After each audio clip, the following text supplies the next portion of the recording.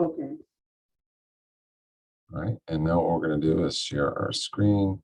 We're going to go back over here to Google so we can get into Rain. Okay. And so this will be what you would do normally. Log into your own Rain place. And then this is their new dashboard. Of course, Right. over here you have Instanet, right? Mm-hmm. All right, so we're going to click on Instanet. And we will also need to have Rain open for property information, Okay. our matrix. So Okay. let's go ahead and open that as well. What's the property address? Okay.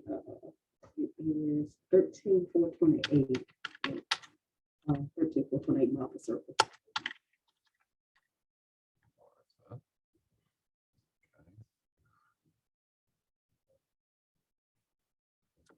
Is that it? Mm-hmm. Okay, fantastic. And so we're going to need this MLS number in order to begin our transaction in Instanet. All right, so now we've got that. We're going to come back over here and I'm going to get into your account. Okay. So let's see. Over here, find you.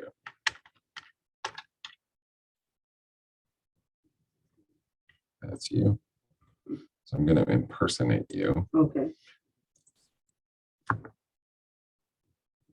So the computer thinks this is you, of Oh, course. okay. And so this is your dashboard. Okay. All right. And so what we want to do is we want to start a new transaction. Okay. So click on transaction. We want to name this transaction. Let's name it the property address. Okay. That's how I do it. Okay.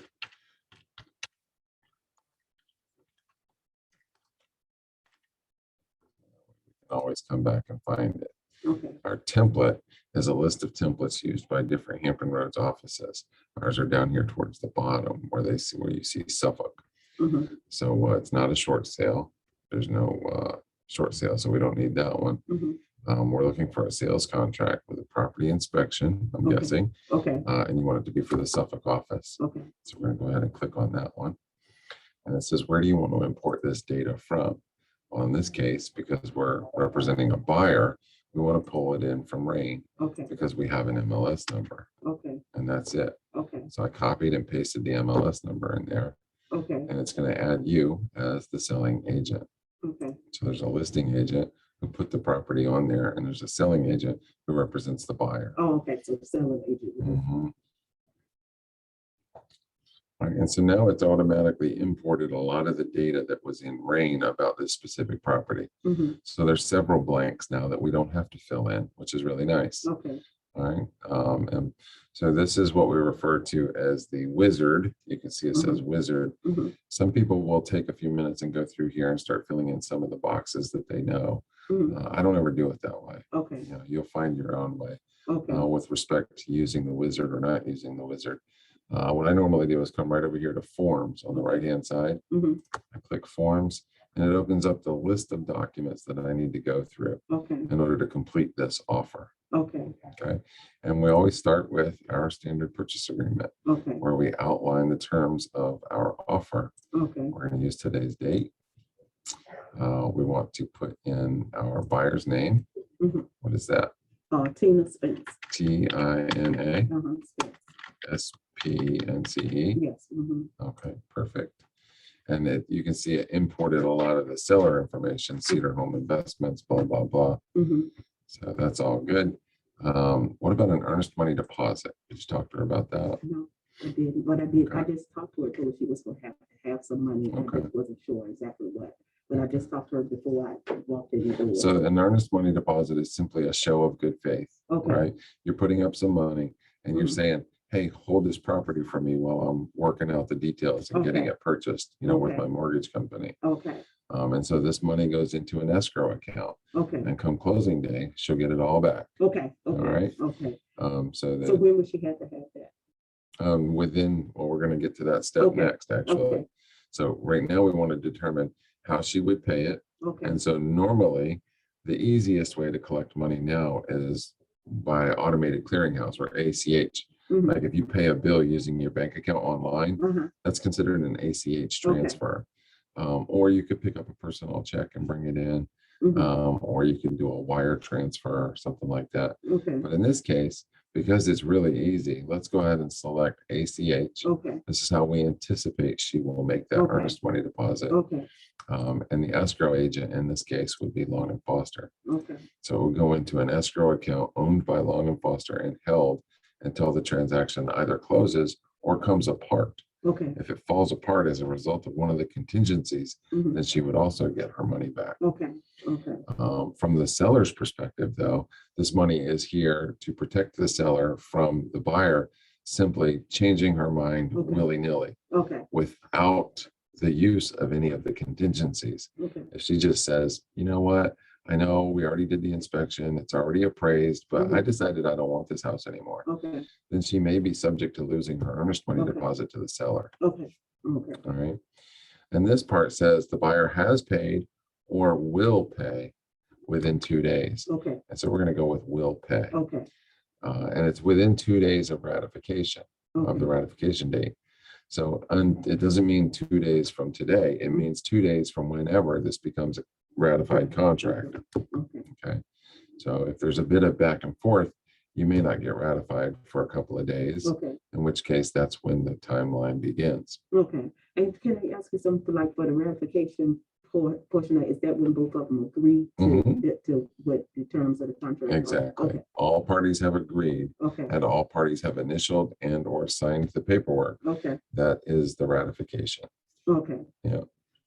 And I know it's listed for 224. We're going to offer 218. 218. She said she wanted off 218. Okay. I'm trying to get her attention. Yeah, that's a little low if Yeah. you're going to ask for closing costs in this market. But, you know, sometimes it makes them comfortable knowing that we're willing to, you know, represent them in their best interest. And everybody feels like it's, you know, they should at least ask. Okay. So, you know, a lot of times that can cost them the deal, though. Mm-hmm. And so we try to counsel them to make their best offer first, Mm-hmm. because they may not get a second chance. Mm-hmm. And you know, some buyers listen, and some buyers will lose two or three or four What do you homes. think she should offer for that? If she's asking for closing costs, I think she should offer full price. Oh, okay. Yeah, because she's going to ask them to pay $7,000 Oh, okay. towards her closing Can I costs. call her and tell her that?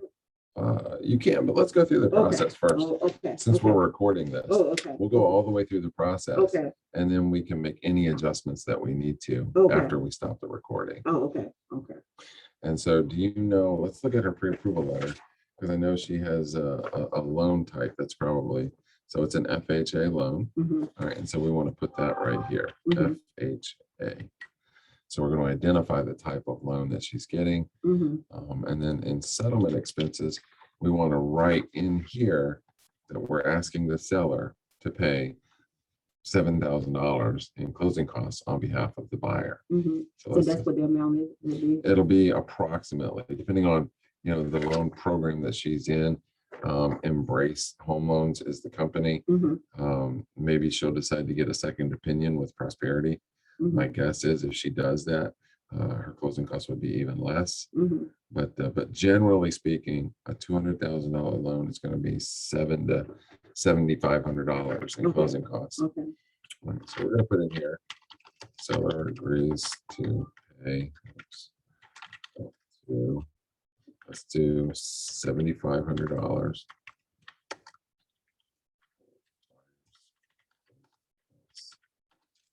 Repays, etc. To be used at buyer's discretion within lender guidelines. So if the lender says it's okay for us to buy a home warranty, Mm-hmm. for example, if there was any money left over, let's say, for example, the seller agrees to give us $7,500 Mm-hmm. to help the buyer with the closing costs. But closing costs only came to $7,000. So now there's an extra $500. Mm-hmm. Well, if it's okay with the lender, maybe we'll spend that $500 on the home warranty. Okay. If it were an HOA, for example, Mm-hmm. maybe we would spend that $500 prepaying some HOA dues, Mm-hmm. right? And so that's why we write it the way we do, to be used at the buyer's discretion but within the lender guidelines. Okay, So, okay, and so we'll see, whether or not they agree to this, we don't know. okay, But that should be enough to cover all of the buyer's closing costs and or prepaids. okay. Prepaids are things like, your escrows. So the mortgage company is going to escrow 3 months of homeowners insurance. Mhm. They're going to escrow 3 months worth of property owner's tax Okay. for the city, Mhm. right? And so those things have to be part of the closing costs. The buyer also has to prepay the entire first year of insurance, Okay. homeowners insurance, Okay, which could be over $1,000. okay, And so that all becomes part of the closing costs okay, that we're asking the seller to help Okay. us with. okay, This is where we identify our lender, and in this case, it's Embrace Home Loans. And looks like we have a loan officer, Audley Lewis. So we want to put that on here so that the selling agent can contact Audley Lewis and say, hey, I understand you're working with Tina Spence. I just want to confirm that she is in fact well qualified. okay, And so we're going to put that on here. It's 800-333-3004, and I can't type. That's extension 3203. She has an email address as well. Looks like it's is that A.Lewis or A yeah, Lewis? A Lewis at Okay. embracehomeloans.com, Lewis at embracehomeloans.com. Embrace,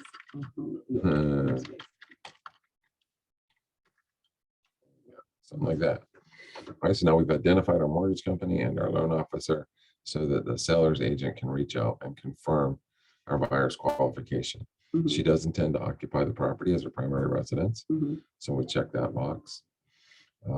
Is there or is there not an on-site septic system for this property? I think it is a separate thing, Let's see. because it's a older property. Let's see what they said in here. Where they, yep, so sewer is septic. Okay, and then the water heater is electric. Let's see, waterfront, no.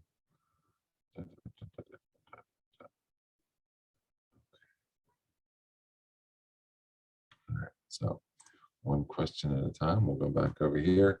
Property is not served by on-site septic. When would she anticipate closing? She said she wanted to be in there before Christmas, so, Okay, yeah, all right. So let's go ahead and give it maybe 6 weeks-ish. Okay. So on or around the 15th of December. okay, If for some reason there's a mortgage or title related delay, there's this automatic cushion built into the contract. So if the okay. mortgage company or the title company needs more time, Mhm. then there's this grace period in there for them. Okay, And so let's back this up a little bit just to make sure she gets in before Christmas. okay, So worst case scenario here, this would be the 20th. okay, right. So everybody, assuming this gets accepted, everybody's aiming for the 10th of December as a closing date. Okay, But there's a lot of moving parts, right, and sometimes things get goofed up. okay, And so we have this little grace period. I'm gonna keep scrolling down. Buyer is going to waive a survey because it's completely optional, okay, and she can do it at any time, even after buying the home. okay, There's no reason to drop another $450 on a survey to okay, show you where the property boundaries are when they're pretty well defined okay, in the subdivision. okay, All right. New financing means that everything gets prorated. So she doesn't have to worry about buying a home with back due taxes mhm, or an unpaid homeowner's insurance or something like that. mhm, Everything gets prorated as of the day of closing. And because she's getting an FHA loan, we need to check box A here. mhm. We can skip conventional, we can skip cash, property condition, unless she knew right now, because she went and looked at the home, unless she knew that there's something wrong. And if the seller doesn't fix it, she's not buying the home. Normally, I would defer, I would leave this blank and I would rely on the home inspector to provide us with a home inspection report before I made any conditions like this.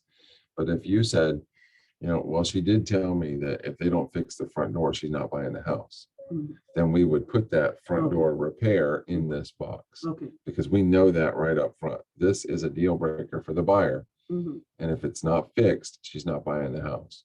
But we don't have that in this Right. case. Okay. So we're going to defer then to the home inspection. Okay. Right? And the buyer has physically inspected or been to the property. Okay. So she's not buying this home from out of state somewhere and she's never seen it. This is the cap. And so paragraph 13 talks about the 1% or the cap in general. And so this is a promise from the seller that in the event the appraiser, the termite moisture company, the well and septic company, Mhm. any of these institutions, if they go out there and find a problem, that the seller is agreeing to pay 1% of the sale price towards the remedy. Okay. In this case, that would be $2,018, Okay. right? So if it needs a termite treatment or if there's fungus in the crawl space, Mhm. this is the seller's promise to address that. Okay. Anything over that becomes completely negotiable. But if the seller agrees to this, they're obligating themselves to $2,018. Okay. Termite and moisture inspection, we're going to ask the seller at the seller's expense to provide us with a termite and moisture inspection report acceptable to the lender, Mhm. which means if there's termites, they got to be treated.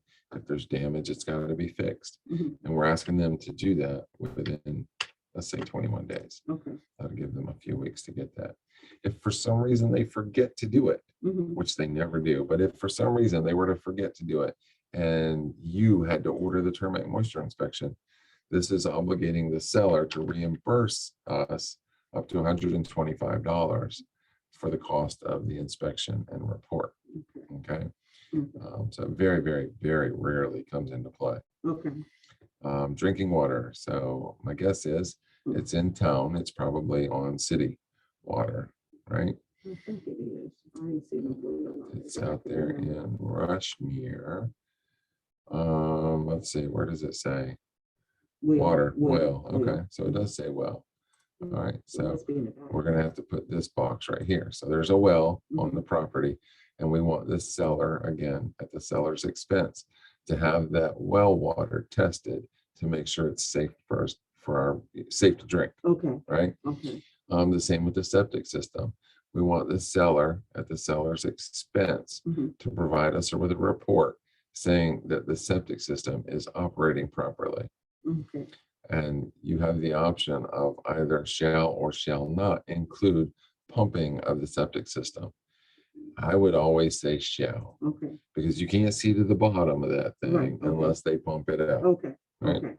So that's how I've Okay. always done it Okay. for my buyer.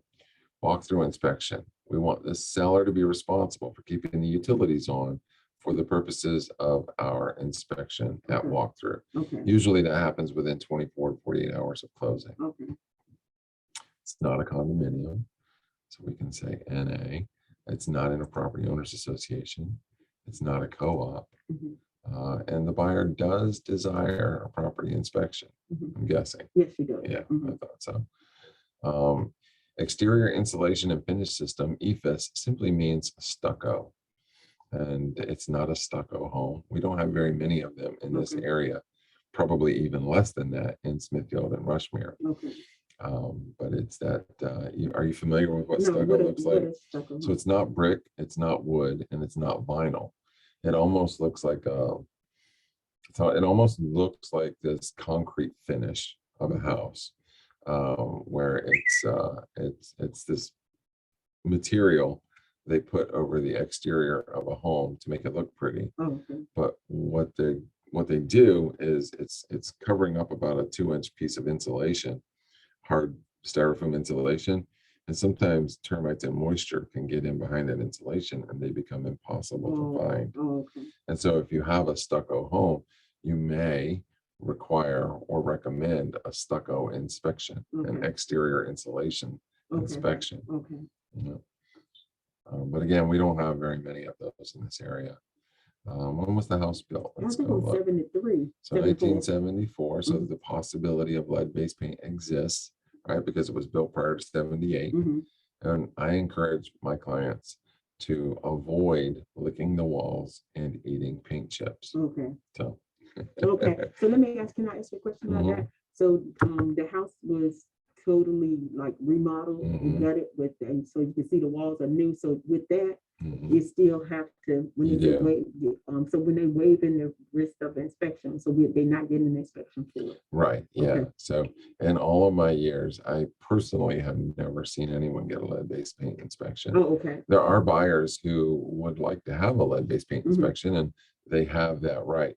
But most buyers decide to waive that inspection because it's an added expense. And you know, most buyers today, you're going to give them the lead-based paint booklet, and most buyers today understand after reading that booklet that lead-based paint is not necessarily harmful to them unless it's something that they have ingested or has become airborne.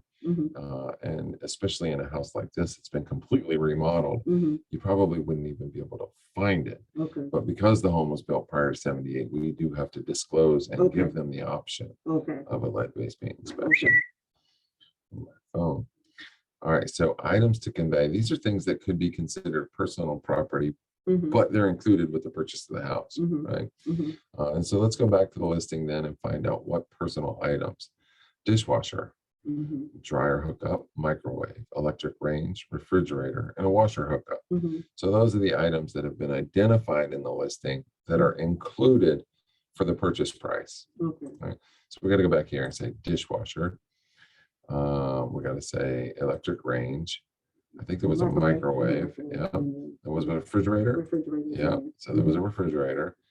And then they did have the light fixtures in there. I don't know if that's in there. Yeah, and so a lot of times you'll find things like ceiling fans, for example, in a home, but they weren't necessarily identified. But if there are ceiling fans, we expect that they will be left in the home, right? And so a lot of times what we'll do is something like this. Smoke alarms, you know, we want all the smoke alarms. If there were window AC units, for example, we want those. If there was a garbage disposal, so we want that. Right. So no, not a garbage disposal. What is that? The thing you put the dishes in. Oh, the dishwasher. Dishwasher. Yeah. Yeah. Right Oh, here, yeah. That's right here. dishwasher, not Yeah. garbage disposal. Dishwasher. Okay. Yeah. But there was not a washer and dryer included with the purchase. And sometimes, you know, if there are blinds up on the windows, we might check that box. If there's curtains or drapes or anywhere, anything like that, and we wanted that to be included, then we should indicate it with these check marks. If there's a fireplace at the home, you know, if it's a gas fireplace, you might want the logs included. You might want, if it's a wood burning fireplace, maybe you want the pokies and the little shovel and stuff. You want that stuff to be included. And so you would check these appropriate boxes. In this case, we have a well, right? So we want that well pump and equipment to be included. So that's probably about it then. If there were maybe a shed on the property, you would write that here. If there were maybe there's a lawnmower, and your client wants to know if they'll leave the lawnmower, you could write it in right here. You know, it could be anything really. Maybe there's an old car in the backyard and your client wants to know if they'll leave the car. You can put it in here. And box 2 says the listing firm and its salesperson represent the seller. The selling firm and its salesperson, you, represent the buyer. Simply an agency disclosure. And because you're in Smithfield or Isle of Wight, you're not in a potential crash or noise zone. And so no disclosure is required. And these are generalized disclosures made to the buyer. So if there were any pending building and zoning violations or notifications, then they would be disclosed to us by the seller. Square footage is always approximate. You know, 3 people can measure a house square footage and come up with 3 different numbers. So it's always a guess, well, your best figure, your best calculation. Right. And then we come down here to signatures. And I did notice something on the pre-approval. I want to edit this. So Tina has a middle initial and it's S. So Tina S. Spence. Okay. Yeah, it actually spelled out, so you have to spell it out. No, no, not at all. I just want to make it known to the system. Tina S. S. P.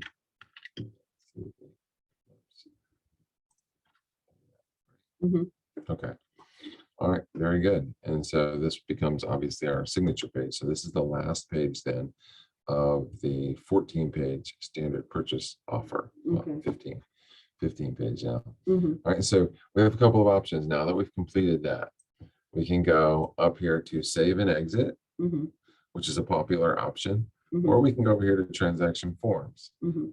and I'll show you the difference. So save and exit simply takes us back to our list Okay. of forms, Mhm.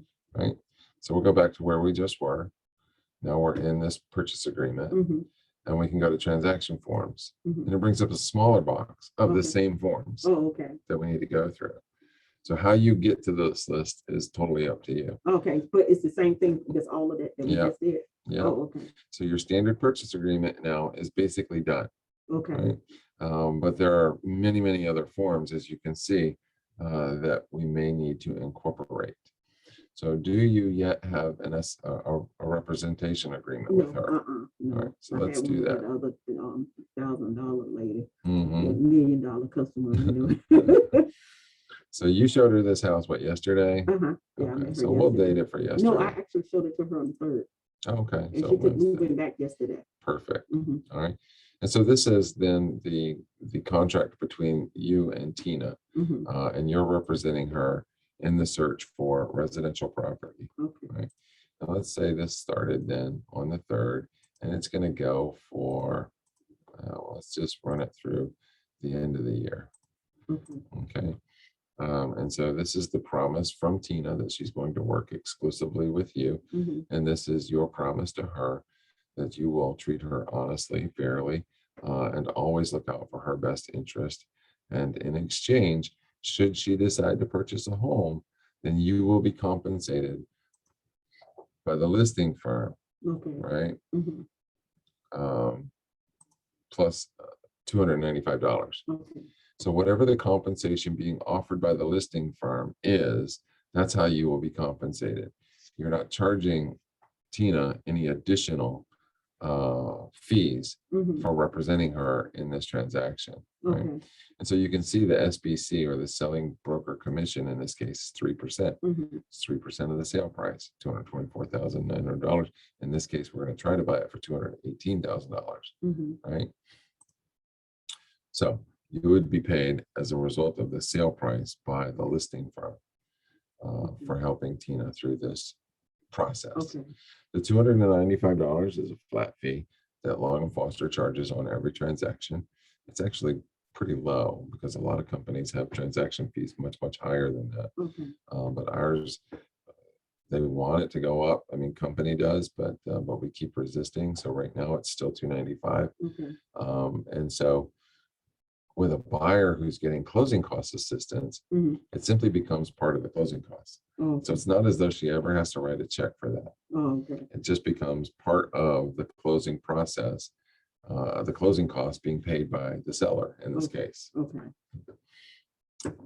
And so up to 90 days after the expiration of this agreement, Mhm. if Tina were to ever go back and buy this house, Mhm. she would owe you a commission. Okay. Okay. That's what that box says. Okay.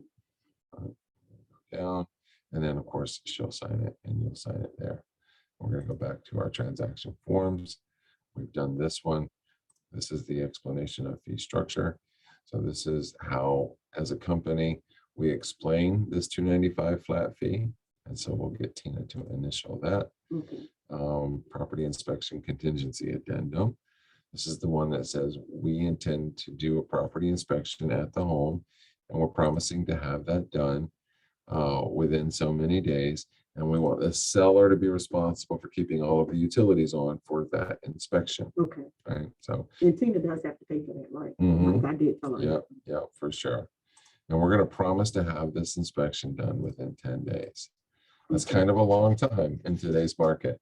Mhm. It could be, maybe you want to change that to 7 days, or maybe you want to change it to 5 days. If you can get a home inspector out there that quick. Mhm. So we'll start with 10 days and Mhm. see. The goal is to get over this hurdle as quickly as possible, Okay. because this is the big, big contingency as far as a buyer and seller are concerned. Okay. And so the seller wants to get through this as fast as they can. Okay. Okay. And so, but as it's written, you and your buyer would have 10 days to meet a home inspector over there Okay. and inspect the home. Okay. And she have to be there. She should be there. Okay. Okay. She doesn't have to be there. Okay. So maybe she will be, maybe she won't, depending on her schedule. But you would probably be there as her Right. representative in the event she's not there.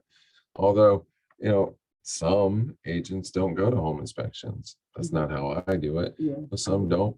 Some buyers don't go. Mhm. Some people just send the home inspector over there, Okay. and the home inspector will send you back a report. Mhm. Okay.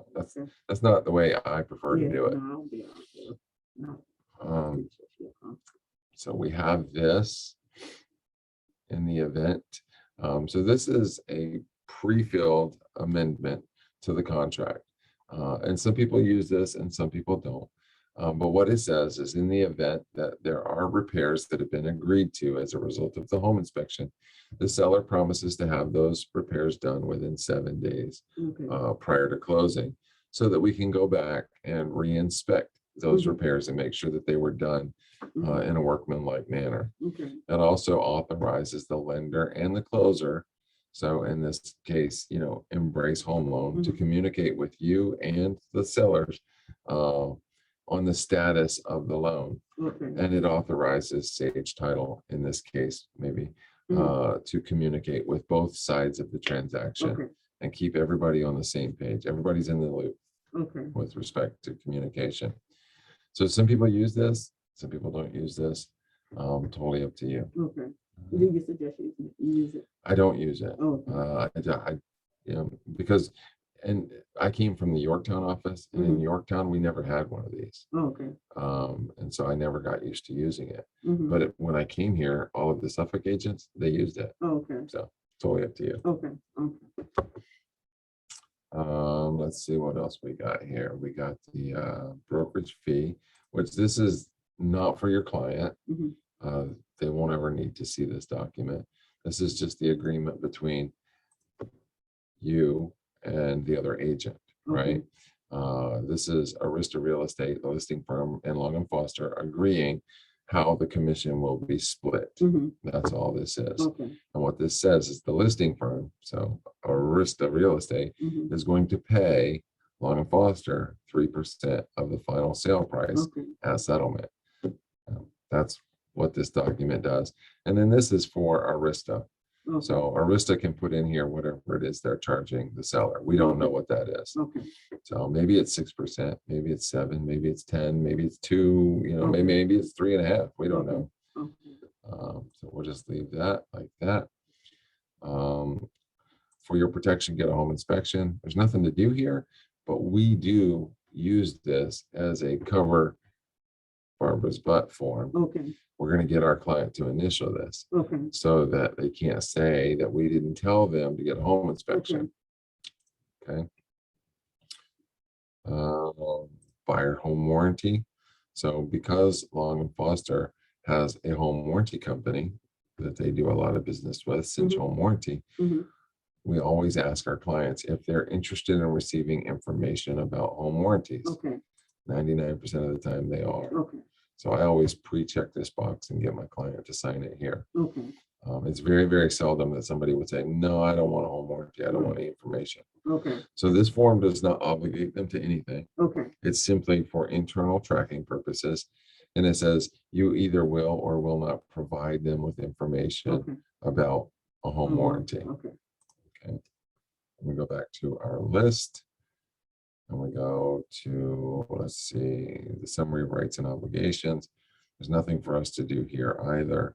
This is just a list of disclosures to the buyer to say, Mr. or Mrs. Buyer, it's incumbent upon you to be aware of and check any of these items that you may have concerns about. Mhm. So this is what takes the burden sometimes off of the agent. For example, it's not our responsibility to check the database and find out if there are any sexual Okay. offenders living in the neighborhood, Mhm. but the buyer has the option of doing that. Okay. And so here's a lot of information about different things that they can check to make sure that they're okay with. Okay.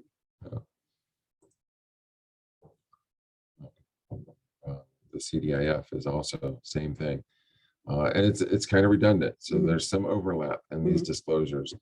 There's also disclosures in the standard purchase agreement that we already completed. Okay. A lot of duplication here, a lot of redundancy here. And the reason is because the paperwork was drawn in a way that it can be used for a wide variety of transactions. Okay. Right? And so there's a lot of overlap. So we're just going to go through this. So if you were with your client, you might suggest to them that there's a lot of redundancy, a lot of overlap. There's a lot of duplication in this paperwork, but it's because the paperwork is used in a variety of transactions, not just single family detached, purchase transactions. It's used for all kinds of stuff. And so they made the scope of the paperwork very broad. Let's see, CDIF, affiliated business arrangement. So again, there's nothing to do here. But this is a disclosure to your client. So because Long & Foster is a big company, they have affiliations with other companies, and the law requires they disclose those relationships to you. So whether it's title companies, insurance companies, mortgage companies, attorneys' offices, those disclosures are made here for you. That's what this document is for. These are simply examples of what you might be expected to pay for title insurance in the state. So in Virginia, you might pay $4.68 per $1,000 of coverage for the first 250,000. It's just an example. It's not written in stone, and there is no obligation. This is just for her information.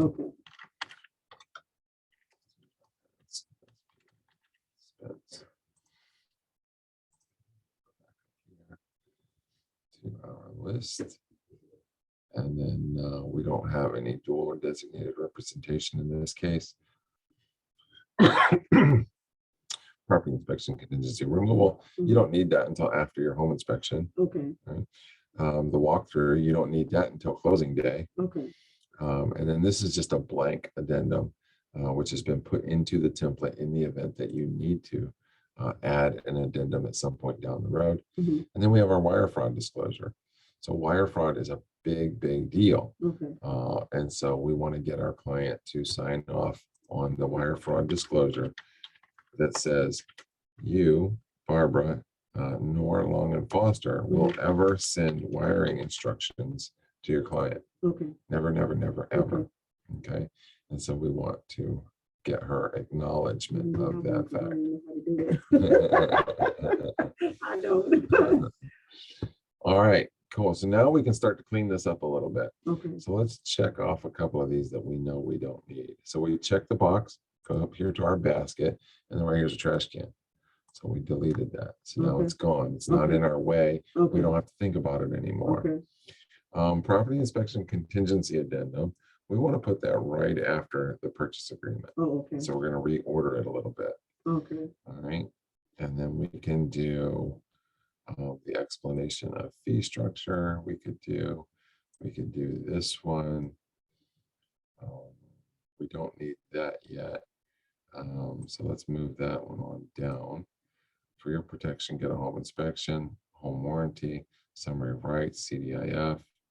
So she doesn't need that one. So we're going to move it down. We don't need this one. So let's get rid of this one. And so this is just getting rid of this just on her file that we're doing for her. Yeah, on her specific transaction. Yeah. Property inspection contingency removal addendum. We don't need that yet. We don't need the walkthrough yet. We don't need this, but we will need this. So let's move this up. Let's put it under the affiliated business. So this will be the last one then. So what we've done is we've put in order all of the documents that we need Tina to sign. All right, because we don't need her to sign everything yet. Only the stuff now that we've put at the top. All right, cool. And so from this point, we have our complete offer prepared. It's ready. And so what I can do is go back in here and just make sure we've dotted the I's and crossed the T's.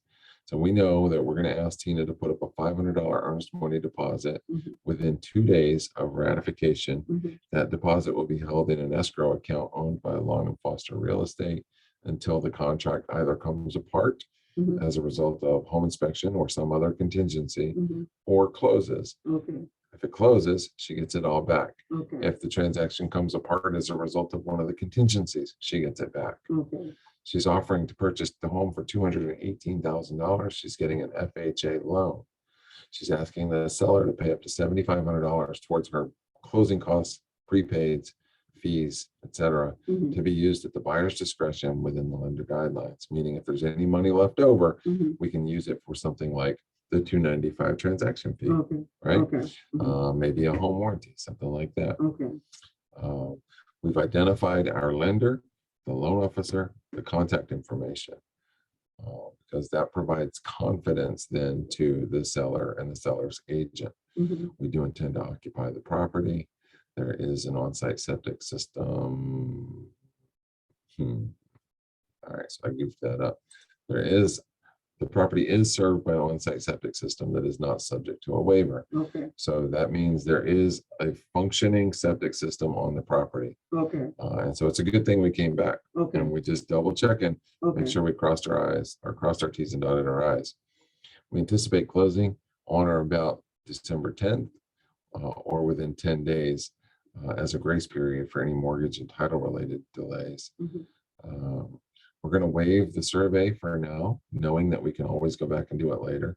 There's no real incentive for doing it now, unless she said, on day one, I'm going to put up a fence. In which case, okay, you might want to order the survey, right? Because she needs then to know specifically where those boundaries are. Okay. We know that everything's going to be prorated as the day of closing. We know that she's getting an FHA loan. She has actually visited the home. We know that we're asking the seller to be responsible for the first 1% of the sale price for the purposes of any termite, moisture, septic, or appraiser required repairs. We know that we're asking the seller at the seller's expense to provide us with a clear termite moisture report within 21 days. If for any reason they fail to order the report, they'll reimburse us up to $125 for that report. We know that there's a well on the property, and we're asking the seller at the seller's expense to have it tested to make sure the water is safe. We know there's a septic on the property, and we're asking the seller at the seller's expense to have that inspected and pumped to make sure that that septic system is in good working order. We're asking the seller to be responsible for keeping the utilities on until we've had an opportunity to conduct our final walkthrough inspection, which usually happens on or about closing day. We know it's not a condominium. We know it's not in a property owners association. We know it's not a co-op. And we do desire a property inspection. And so we have included a property inspection contingency addendum with this purchase offer. We know there's no stucco at the home, so we're not worried about EFS. And we know there was the possibility of lead-based paint at the home because it was built prior to 1978, but we're waiving our inspection contingency as a result of the possibility of lead-based paint. And we've identified the electric range, the microwave oven, the refrigerator, and the dishwasher, smoke alarms and ceiling fans and blinds to be included with the purchase of the home. I don't think I saw the blinds on the window. Okay, so let's take those off. Yeah, I think the windows, because you can see like totally throughout the whole house. All right. We've identified the listing firm and the selling firm and those agents. It's not in a potential crash or noise zone. And that's it. So that's it. That's our standard purchase software. Okay. Everything else is an addendum or some go with it, some internal tracking document, maybe. The explanation of fee structure, for example, that's internal. This addendum is internal. The exclusive right to represent, for example, is internal. Right. And then what we can do is we can go over here. So right now we're on forms. So we click this and we came to forms. Now we want to go to documents. These are the documents that were uploaded by the listing agent. when they listed this property. Okay, The first one is the lead-based paint disclosure. And so this document has already been initialed by the sellers of the property. And so we want to make sure that this document is in here because we're going to ask Tina to also sign this document and Okay. you'll have to sign it as well. okay, And so we'll close that. They also have the residential property disclosure statement in here. It's already been signed by the seller as of the 27th.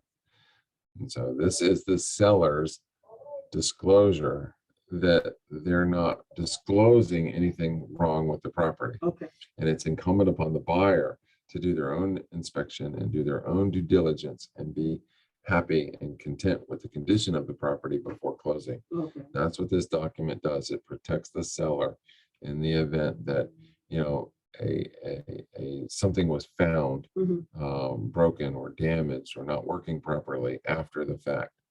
In the state of Virginia, you know, caveat emptor, right? It's a buyer beware state. You can't go back to the seller and sue them because they didn't tell you, you know, that the kitchen sink was leaking. You know, maybe they didn't know the kitchen sink was leaking. okay, All right. And then, of course, they did this ACUS agreement, which simply discloses whether or not the property is inside or outside of a potential high noise and or crash zone okay, as determined by our city officials.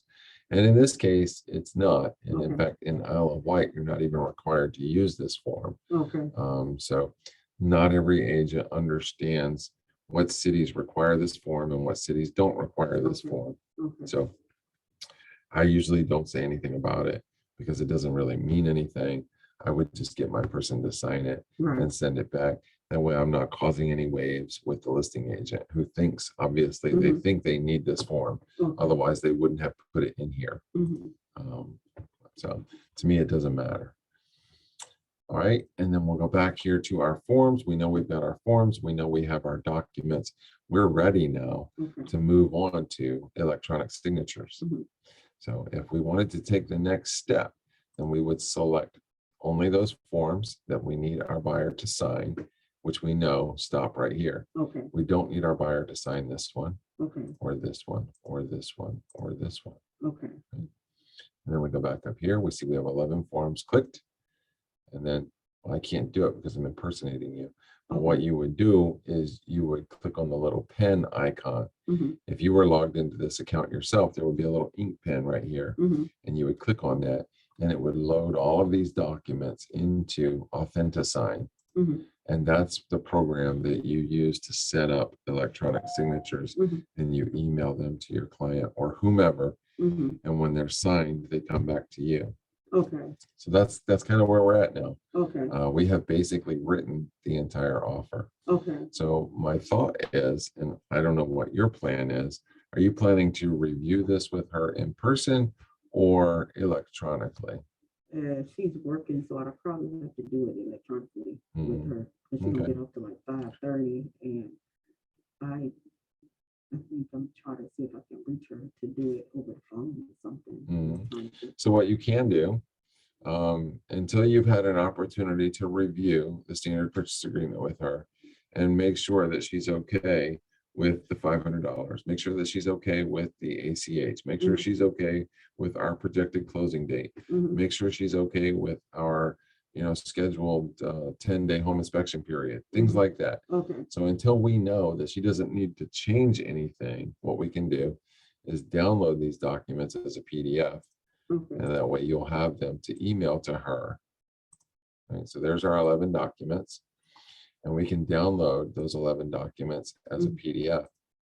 And then you could email them to her for her review. okay, And she can you can go over it with her on the phone and you know, you guys together will decide if she needs to change anything on this paperwork. And then you can come back in here into your Instinet account, make the changes and send everything over once it's corrected for electronic signature. okay, okay. So let me ask you a question, Jason, with the forms that you already completed.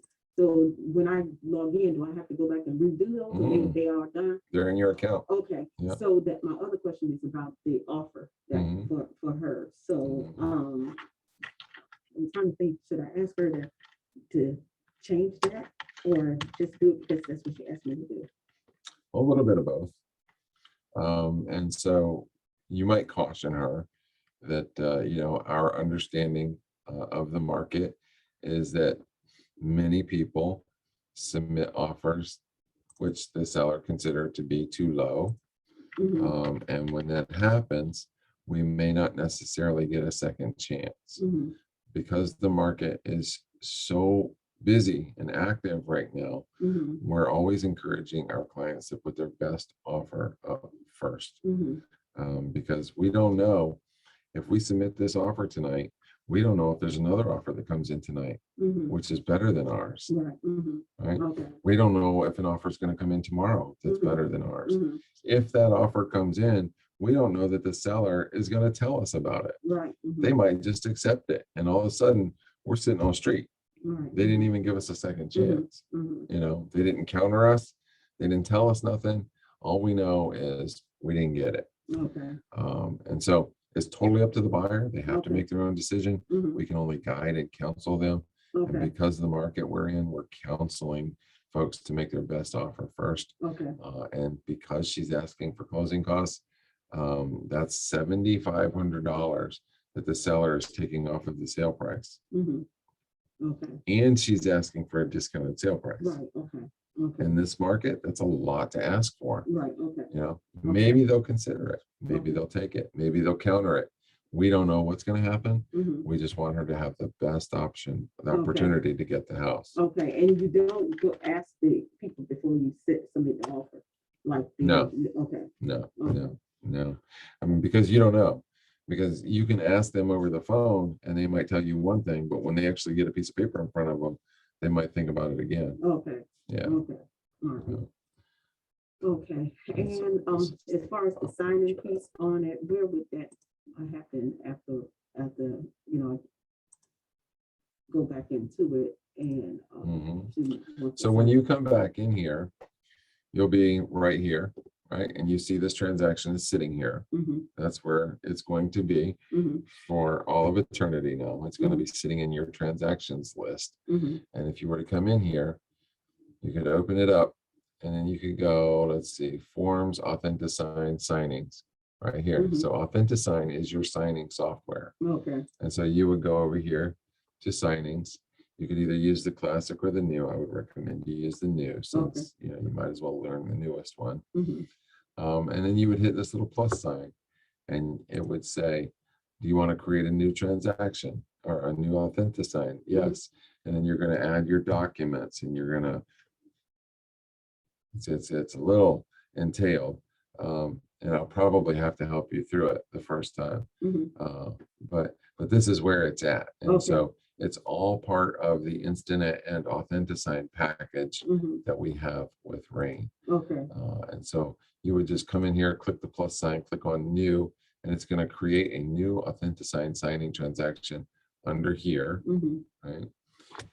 So if I do it now and she wants to change something, then we've done it for nothing. And so I'm a little hesitant because we can't necessarily delete them out of here once we put it in here. Right. Well, not only thing that I think she would want that I would ask her about would be the price thing. I would like to talk to her about. Everything else I think we would be good with. So that's what I was asking. Should I just give her a call right quick to ask her? I told her if I had any. Well, let me go ahead and cancel the recording or stop this recording. Okay. And then you can call her and figure out if she wants to make any changes. I think obviously you know her better than I do. I would prefer to sit down and talk through, all of the paperwork. Here's 35, 32 pieces of paper. Let's talk through it and figure out what we can do to make our offer as strong as possible. Because that might include changing the cap. Maybe instead of asking the seller to pay up to 1%, $2,018 for repairs, maybe you want to change that to 0.5%, right? That's a negotiation question. Maybe it's instead of a 10-day home inspection, maybe she knows a home inspector and she's going to get there in 3 days. Well, the seller would love that. But until we've gone through this presentation and given her an opportunity to review all of the paperwork, we don't know what she will or Okay, won't want to okay. change. Okay, okay, You know, all right. that's my concern Okay, with trying to go through it. You know, if you call her and only ask her about the price, there's so many other things to okay, ask that her you need to about. back, okay, Mhm. okay, I got you. Okay, All right, so I'm gonna go ahead and stop the recording now. And we hope this was helpful to everyone who will watch this in the future. So. okay, I really appreciate it. So I'm gonna